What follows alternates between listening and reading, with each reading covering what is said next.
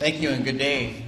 It's wonderful to be with all of you again. And this is my first trip, I think, this session to this luncheon. And I very much appreciate the ability to speak with you and also to hear from you, because we will have a time for question and answers as well. I just want to honor and acknowledge our elders and traditional leaders that are here. Rosa Miller, the Ogg Homeland. Thank you for being here.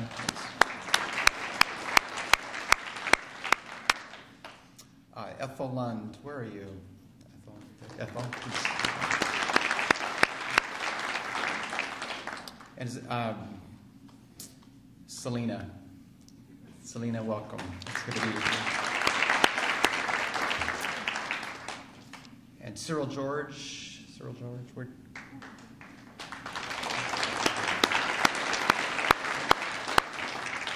John Martin.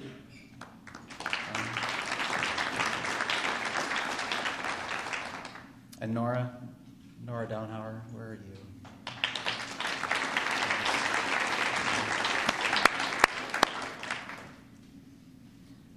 And of course, the tribal officials, President Ed Thomas, thank you for your leadership here as well. Thank you, Ed. We also have Mayor Albert Howard of Rangoon with us. Mayor's here. And of course, Dr. Worrell, thank you. Thank you, Rosita. You know, it seems like a long session, but a short one too. There's a lot that's gone on, and when I walked in and I saw this banner behind me, I just wanted to tell you how proud I am of all of you and of this community. You know, a little over a year ago, when we began to speak to these topics of domestic violence and sexual assault, it was even less comfortable than it is today, and it can never really be a comfortable topic. But March 31st of 2010, 18 communities stepped up and said, we want to be part of standing up against domestic violence and sexual assault and choosing respect and saying that that will be who we are as a people. This year, 64 communities plus our DC delegation stepped forward in Washington, DC and joined us in leading this cause for safer homes and strong families. And so I'm very proud of Alaskans who are stepping forward and saying, we're going to make a change, and we are going to work for that change among our people. We will work so that our homes are sanctuaries and not prisons, places where children can grow in safety and elders can know that they will be well taken care of and respected into the twilight of their years as well. So we're just so proud of Alaska in this. Another piece of that, though, and this is something I want to report good news on with the legislature, and that is the VPSOs. I'm very proud of our village public safety officers, and we had two here today. Where did they go? Are they still here, Glenn and Dion? Are you here? Would you give them a hand as representing all the VPSOs in the state?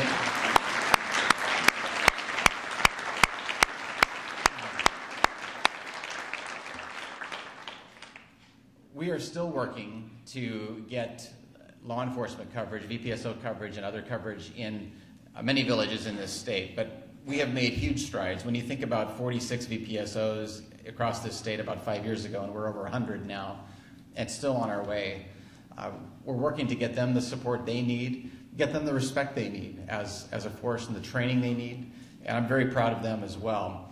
The House and Senate have agreed this year to join me in funding an additional 15 VPSOs, as well as some trooper backup and support for that effort as well. So that's an exciting piece of agreement between the governor's office and the legislature. If I could just switch topics here to education, another huge life-changing opportunity is virtually at hand for Alaskan seniors and high school students. The Alaska Performance Scholarships, those are available to high school seniors who graduated in 2011. And this was a scholarship that was passed last year with bipartisan support. It was something that the criteria was set to help lift the academic achievement and standards in our state. There's a 4-year transition period in where the standards are being advanced a step at a time across 4 years. So this year, for example, the Board of Education said, in order to qualify for the Merit Scholarship, or the Performance Scholarship as we now call it, you have to have 3 years of math and 2 years of science, or 3 years of science and 2 years of math. Well, guess what? 22 out of 25 districts in Senator Kukesh's district, for instance, already have those standards in place for high school graduates. Now, next year, it will be 3 math and 3 science, and 4 and 3 and that sort of thing. So the bottom line is this is an opportunity that is available to Alaskans that we want to capitalize on, and we want our seniors taking advantage of. And for those districts where it's difficult to meet those standards, we will assure that resources get to those districts to make sure that those kids have the opportunity. In Louisiana, when these merit scholarships were first put in place 19, 20 years ago, there was a concern that the rural areas would be left out, that they would not be able to meet the standards and gain the scholarships.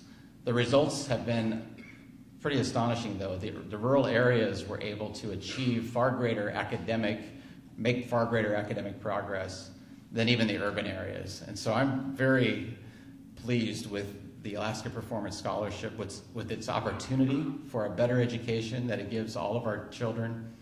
And we are now seeking funding in the legislature for this performance scholarship. So that's something that we are coming to closure on with districts and with the legislature.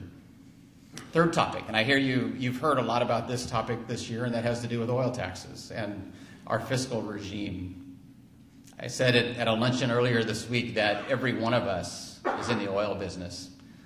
If you participate in a Head Start program, if you are a state employee and collect a paycheck, if you're a business owner in this town and money transfers hands, you're in the oil business. Our state revenue is about 89% this year from those oil taxes and royalties. The problem is we're facing a declining production when it comes to that oil. It was 2 million barrels a day of throughput going through the Trans-Alaska Pipeline System 20 years ago. It's 600,000 barrels a day today, and declining. So we have got to be competitive in this world where companies take the profits they make and invest those profits. And they say, I have this much money to invest this year. I'm going to put it here, some in Alaska, some in Nigeria, some in Brazil, some in North Dakota. We've got to be in a place where a company looks at those opportunities and sees Alaska as a much better opportunity than it is today, particularly at these high oil prices. Now, I saw in the newspaper yesterday here, I saw a particular senator who's opposed to this say, gosh, it's going to cost the state $8 billion in the next 5 years. That is, in my view, not true, and it's fear-mongering at its worst. In fact, if you look at the fiscal note that the department submitted, one of the scenarios they cast was one in which it would cost the state $300 million to $400 million, and we'd have a lot more production. I'll tell you, the legislature nor this governor will lay back and give tax breaks to companies with no reinvestment coming in the future. 4 years from now or 5 years from now, there's been no change. Your legislators and your governor will not lay back and let that happen. Now, today in Anchorage at about 7:30 this morning, Jim Mulva, the CEO of ConocoPhillips, made some statements. He's the head of this company that does a lot of business on the North Slope. He said if Alaska changes its investment climate, ConocoPhillips will invest billions more dollars. Now, that's pretty impressive. We've heard a lot of legislators say, well, there's no commitment, no commitment. Well, of course, these boards don't make commitments for their dollars of investment until the fall, when they have their analyst meetings, with securities analyst meetings, and they make their announcements in the October, November timeframe for what they're going to do the next year. But here we have a CEO who has stepped forward and said, you make this competitive, you make this investment climate here more competitive, we'll bring billions of dollars into this state. I think that's a positive development. That's new news today. So I wanted to just put that out there for you. Our administration is all about working to create a healthy economy, and it's all about working to create safe and strong, healthy families. And I'm very interested in hearing from you on those topics and having a discussion and perhaps being able to answer some of your questions. I do have some staff with me today. Randy Ruaro has been mentioned, Deputy Chief of Staff in our office. And Holly Lucan, where are you? Where did you get to? And Holly Lucan back here. And if for some reason I cannot answer a question because I don't have the information with me, we'll be sure to connect you with one of these two so we can get the information to you. Rosita? Thank you very much, Governor.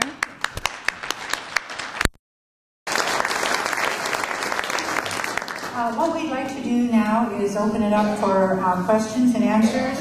And I believe we have 4 mics that are stationed around the room. So I would ask that you introduce yourself. And when you're asking a question, if you would mind, in respect for other people, I know we're going to have a lot of different questions here, but to allow everybody to ask their questions, I would respectfully request that you limit yourself to the questions and not the speech making that I know we like to do, but let's save it for each other, and let's just pose to the Governor the questions. So let's open it up for questions now.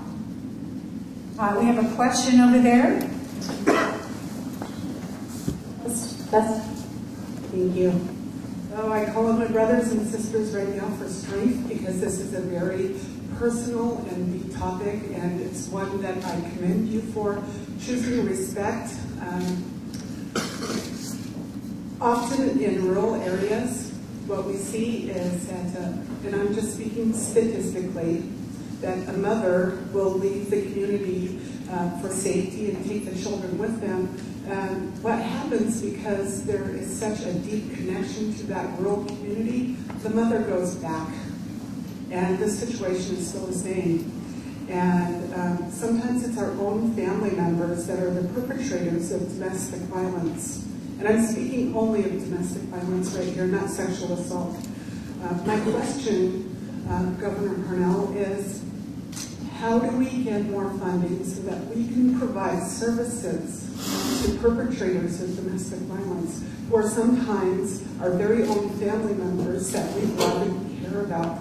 And we want the safe, strong, healthy families that everybody else does, but when we focus on the victims and we focus on prevention, we're missing a very important part of our families, a very important part of our communities. Thank you for raising that very difficult topic. It is. And indeed, I acknowledged the element that you spoke to. And let me just take it back a little bit. Every human being is impacted by domestic violence and sexual assault, whether we're willing to admit it or not. That means that the perpetrators are among us. They are family members. And indeed, 95%, as I understand it, of the sexual assaults are family members across this state, not just rural Alaska. The issue then is what to do. And the comprehensive approach that I have taken involves the prevention element, the early, before anything happens element. It involves the law enforcement element, and it involves the services element. And you're right, we do tend to focus on, when we're speaking on victims, the survivors of domestic violence, making sure they have shelter nights, making sure they have the counseling services and the foundational family services. But there is help available for the perpetrators. And to the extent that we have programs that work, I'm willing to support them.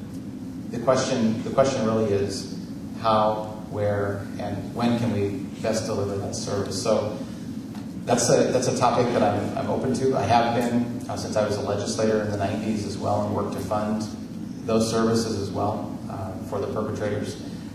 There's it's a delicate topic and a delicate balance that has to be struck when you speak, because it is such a visceral, hurtful issue.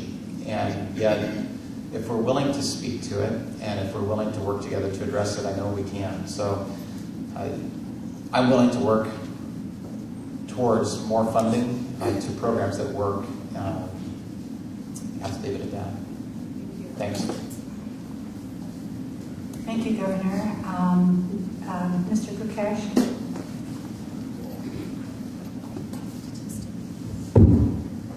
Works. Governor, just to follow up a little bit on what Lenora was saying, you know, I have 2 topics that I want to talk about. One of them is your choose respect one, and then there's the issue of the tax breaks. I've been thinking about your choose respect, and I was talking to a friend of mine this morning, and she said, why don't you tell the governor not only talk about it, but be about it? Because last year, as I was thinking about this, last year I asked you what your position on subsistence was.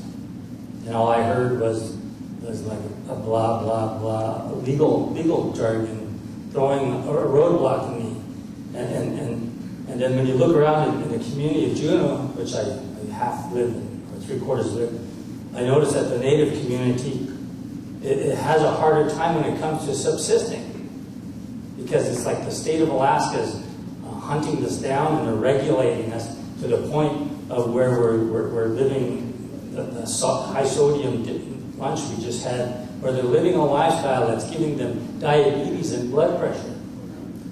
And we're restricting them in the sense that we're not allowing people to freely practice their traditional way of life and to live their culture the way they did it before the non-natives came. It's like smoke and mirrors. You're saying one thing, but we're not doing it all the way. The abuse goes further than just domestic violence, sexual assault. And then we wonder why we have domestic violence and sexual assault and drug and alcohol abuse. It's all out there. And a lot of it is based on the way the state has positioned itself with their laws to the Native community. So I'm asking you, go beyond choose respect and start changing the laws so that they work for our people, not against them. Because I know we all talk about 5AAC, and we need to stop doing that.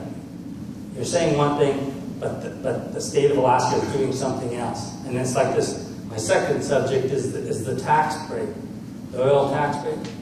Why don't you give the natives a break? Give us the $2 billion. We know how to spend it. We're good at spending it, but we'll build the Southeast Intertie. As a former mayor, we'll fix our dysfunctional cities. We'll make them sustainable communities. We'll do all we can. We'll do the right thing for subsistence. We'll fix and set for proper management of subsistence. Who better than us knows about subsistence? We can do those. By building an intertie, we'll even create more jobs. Like the Mayor of Rangoon said the other day at a meeting, hell, we might even have enough money left to be able to hire people to plant flowers in the middle of winter. And the beauty of all of this is that the money stays in Alaska. It's going to get spent in Alaska. Do you have a question, sir? I was making those comments. If you could find a question on them, that'd be good, but practice what you preach. Thank you. Thank you. Anybody else with a question? I may just let you know that Floyd's answering some of the questions, at least one about what could we do to help support economies in Alaska, is that the Alaska Federation of Natives did have a meeting, and we know that we're facing a federal budget crisis. And so we were looking at ways, what are ways that we could generate funds in Alaska, besides just saying, we know that there's a decline, we could all write letters to the government asking for monies.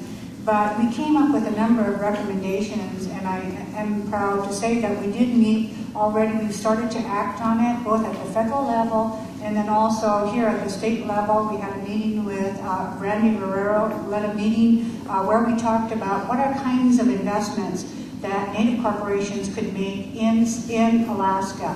And also, what are the kinds of things that the state could do to support those kind of investment opportunities? So I think those are some things that we have ongoing in terms of at least trying to figure out how the state could help us in helping ourselves by creating an environment that's good for investments and creating opportunities for our own organizations here in Alaska as well as in the Southeast. So I just wanted to share that we have had those meetings. So,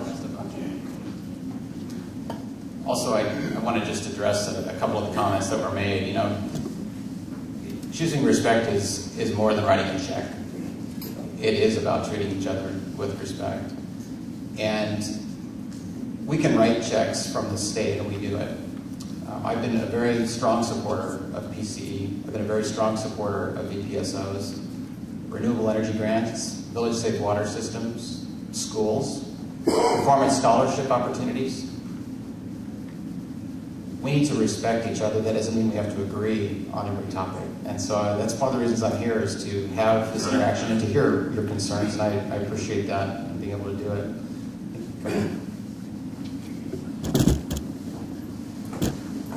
Okay, Mr. Martin, we'll recognize Mr. Martin. We're here.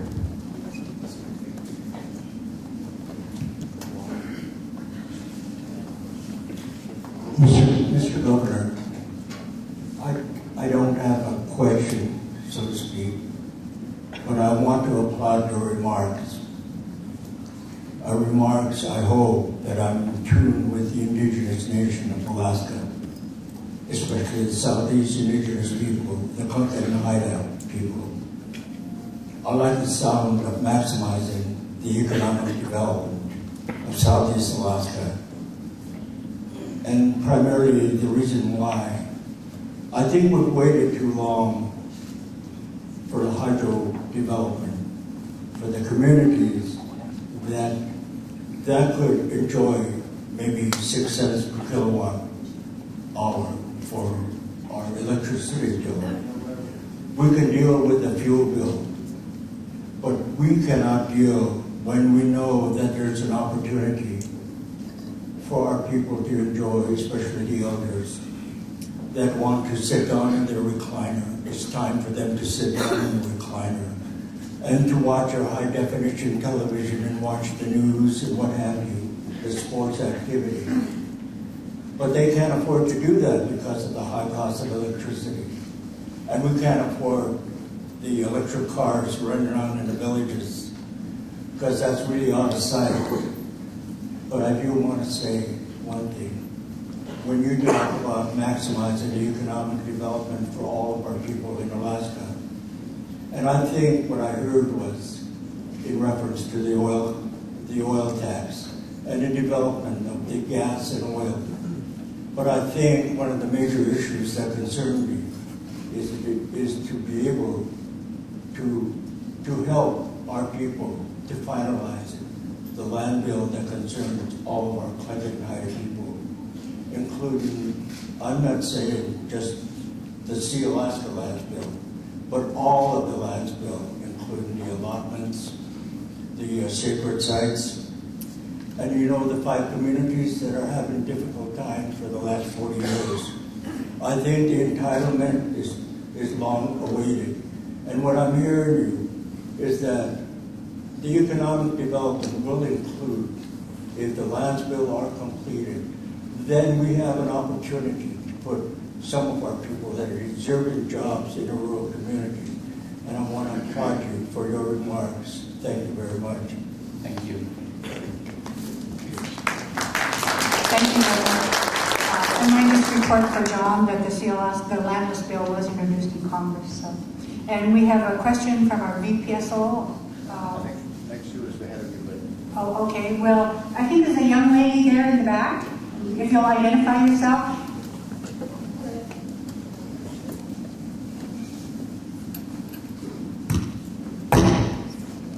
Hi, my name is Yarnakim C. And I have a question about medical. There are people that are not married or not have kids. Could someone help her? I don't think we're hearing it. Hello? There we go. Hi, sorry. My name is Yana C. And I had a question about medical. People that are not married, don't have kids, we're having to fight to get medical insurance. And we were wondering if there was going to be anything, I'm wondering if there's anything that can be done for that, because I'm struggling to get medical coverage. And I'm young, and I'm not married, I don't have any kids, don't plan to have more kids, mine are all grown up. But that was the question I had, if there was any medical deals going to go on for people my age. That is a tough issue, particularly where Medicaid doesn't cover somebody who has the financial need but doesn't have the children there as part of that. Then the only state program that I'm aware of right now that would offer some assistance would be the General Relief Medical Program. And if that's something that you do not qualify for or cannot get help with,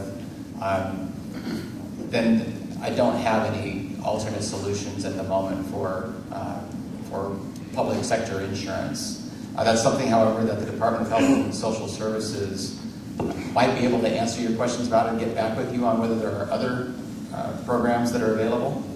And if you have ideas on how you might be covered, we'd also listen to those as well. So if you would take a card from Holly Lucan here, we can connect you with somebody in our office that can speak with you. Okay? Thank you. We have another question over there. Thank you. Governor, thank you so much, Commissioner Talbot, for coming here and speaking with us. My name is Myrna Gardner. I've been in the oil and gas industry. I've lived and worked out of Anchorage. I applaud your efforts to try to incentivize the industry to develop our resources here. My concern is that with the tax credits, there's not a direct accountability to how it connects to jobs in Alaska. I know from being a CEO of these companies that 50% of the labor force are non-resident. And what I ask you to consider is we have mechanisms within the state of Alaska, the Department of Labor and the tribes do, in which they have on-the-job training dollars, dislocated worker funds, and instead of a tax credit, give them a reimbursement of 50% of the total labor hours that they spend employing Alaskans, either through training or direct relationship. I think that would not only give them the incentive to give them cash back, which helps their bottom line, but it would also meet the objective that you're fighting hard for and that I support and applaud. But it would also tie jobs to Alaskans and giving us the maximum benefit. I share your concern that some of these companies, they're not the oil companies, it's the oil field service contractors typically that have lower Alaska hire rates. And that's a passion of Cliff Bishop, Department of Labor Commissioner, as well as my own. In fact, about 2 months ago, I was on a flight to Juneau, and I had a seat open between me and the gentleman who was sitting on the aisle, and just struck up a conversation. And he asked me my name, and I said my name is Sean, and he said, what do you do? And I said, I work for the state of Alaska. And I said, what do you do? And he said, I work for an oil field service company, and he named the name. And he was from Washington or Oregon State, I believe.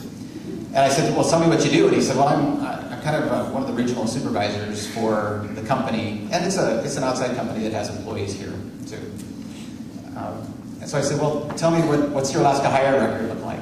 What kind of a percentage do you have in Alaska of Alaskans working for you? And he said, well, somewhere between 50 and 60%, probably 54 or 55%. And I knew from because this is a common topic between me and Cliff Bishop, I knew that he was telling me the truth. I mean, he was being accurate with his own company because we have some ways of determining that through payroll records. And I said, well, look, do you make hiring decisions here? And he said no, but my boss does. Basically, he approves all of that. And I said, well, would you give him my card and tell him that I want to see him advertising more and using our training programs more in Alaska? And if you do that, I'd be really appreciate it. And he took my card and he looked and he kind of swallowed hard. And he said, I will, Governor. So we may have some struggles with court decisions that prevent us from requiring Alaska hire, but we can certainly look into the step that you've suggested. And believe me, we take every opportunity to impress upon these contractors the need to hire Alaska. Thanks. Welcome home, Myrna. Good to see you. We have a question right here.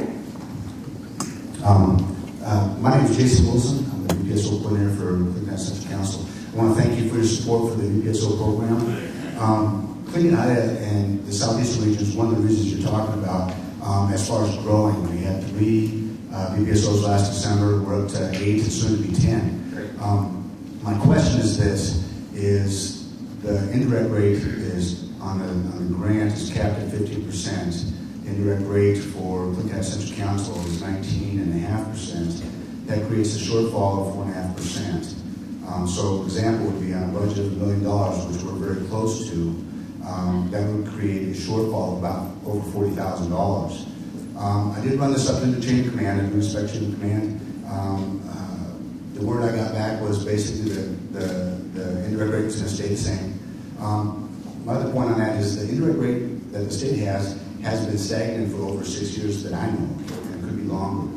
So if there's any way that we can relook at adjusting the indirect rate, because it does provide a hardship to the tribe.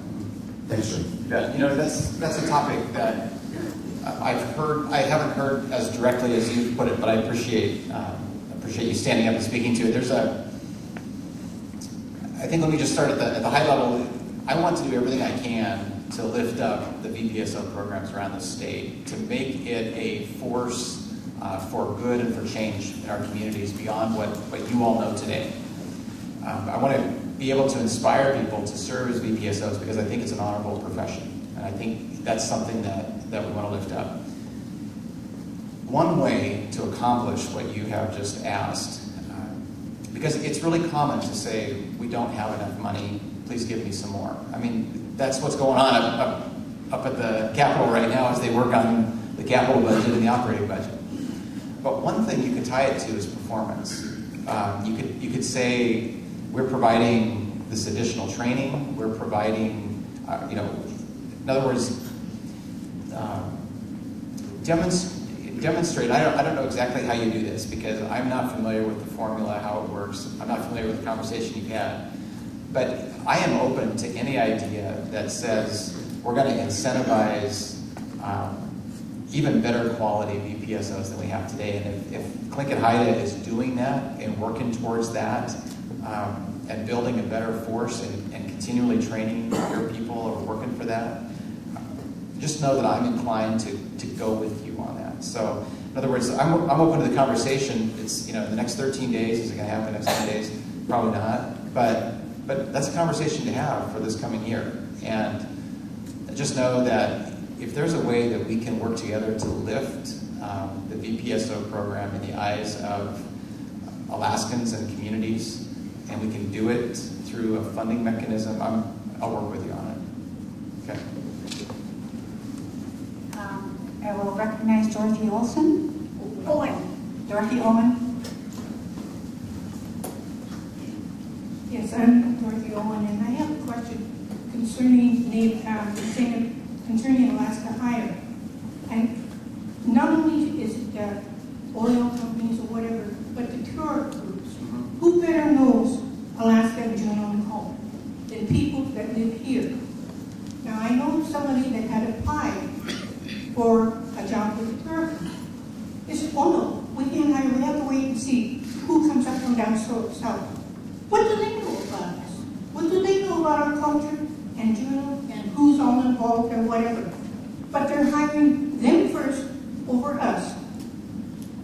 And you say Alaska Hire. Where is it? Where is it? We have a lot of our people that apply for jobs, but oh no, we gotta wait for the people from down south to come up first. It's not just oil, it's just not that, but there's all of Alaska. And we're better people to know about Alaska than Alaska does. I agree, and I gave that same talk to the cruise line companies, and I hold up models like Icy Straits and Huna and what they're doing over there, because I think that blends our traditional culture and brings the jobs in. So I'm with you on incentivize Alaska Hire across. It's not just, you're right, it's not just the oil industry. I think we have time for a couple more questions, and I'll recognize Brad. But remember, let's keep our short to the question. Governor. One sentence limit for press. Governor, Alaska is experiencing unprecedented revenues. And this morning I saw in the paper you're calling for savings. I also saw yesterday Saudi Arabia pledge $100 billion to their renewable energy program. I appreciate your efforts of investing in Alaska energy program, billions of dollars to the oil companies, $500 million to TransCanada. By the way, I call it billions of dollars to Alaskans too. That's fine. Okay. But my point is you offered $10 million for the Southeast Alaska intertie and energy projects. Billions, 500 million, 10 million. You know, investing in Southeast Hydro is also investing in Alaska. I agree. What will it take for you to cut loose some of the billions of dollars you have in the bank, earning 0.5%?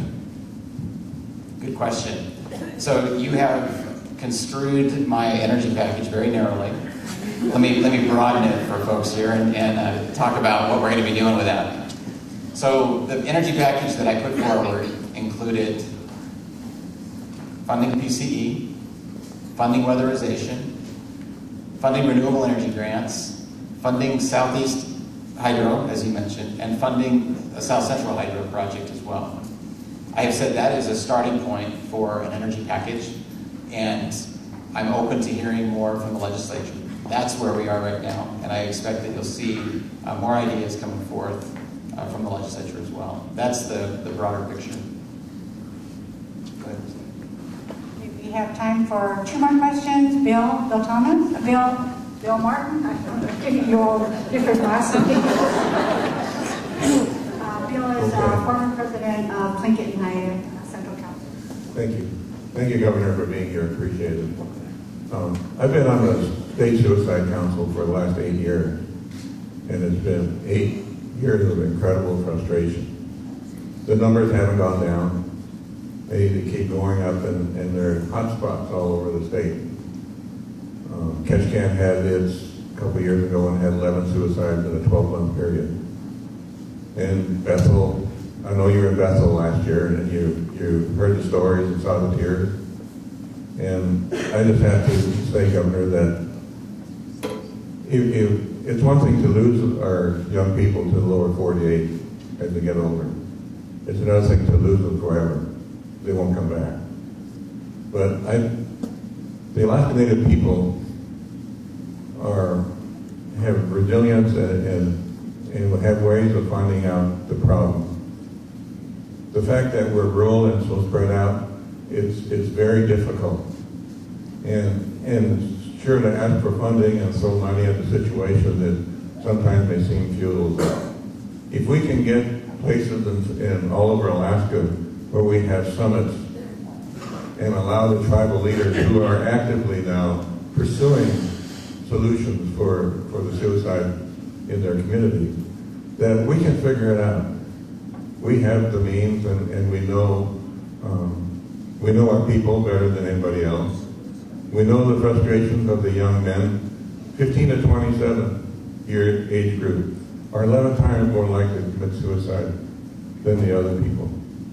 We know too that in the United States, the suicide rate, the highest suicide rate is among the elderly. In Alaska, it's almost 0. And why is that? Well, you look at how we treat our elders. We treat them with respect. We give them special places. We feed them first. We listen. Most of all, we listen when they speak. If we can turn that around and do the same thing for our young people, we listen when they speak. That's going to be one of the things that's going to fix it. When we had a conference here last year, we invited some kids to attend.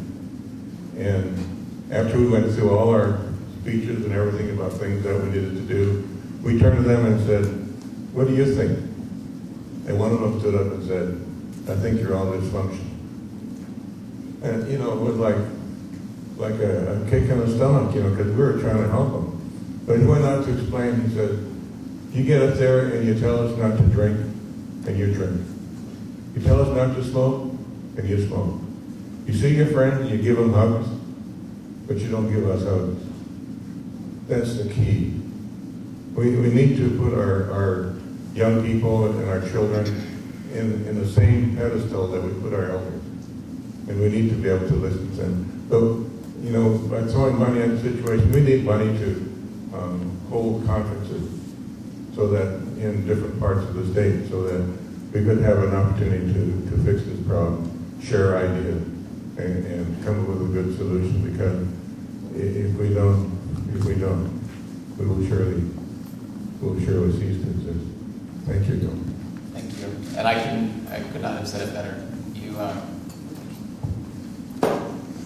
around our state, when our children are committing suicide, it's for some of the very reasons that you have pointed out. And that's what the Choose Respect campaign is all about. It's not just about the virtue and the real human value of treating each other with respect. It is treating each other with authentic love and grace and mercy. And it is about giving that same respect to our children as we do to our elders. And unfortunately, in our state, not every community treats its elders as well as this community.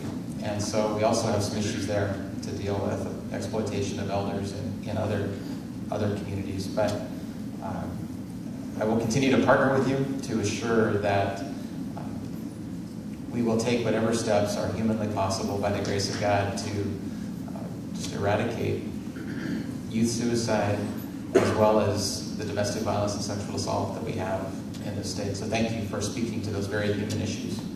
And I want to just conclude and just say thank you for allowing me the opportunity to be with you. It's with humility and with respect for you and for your community that I stand with you in addressing these very tough issues.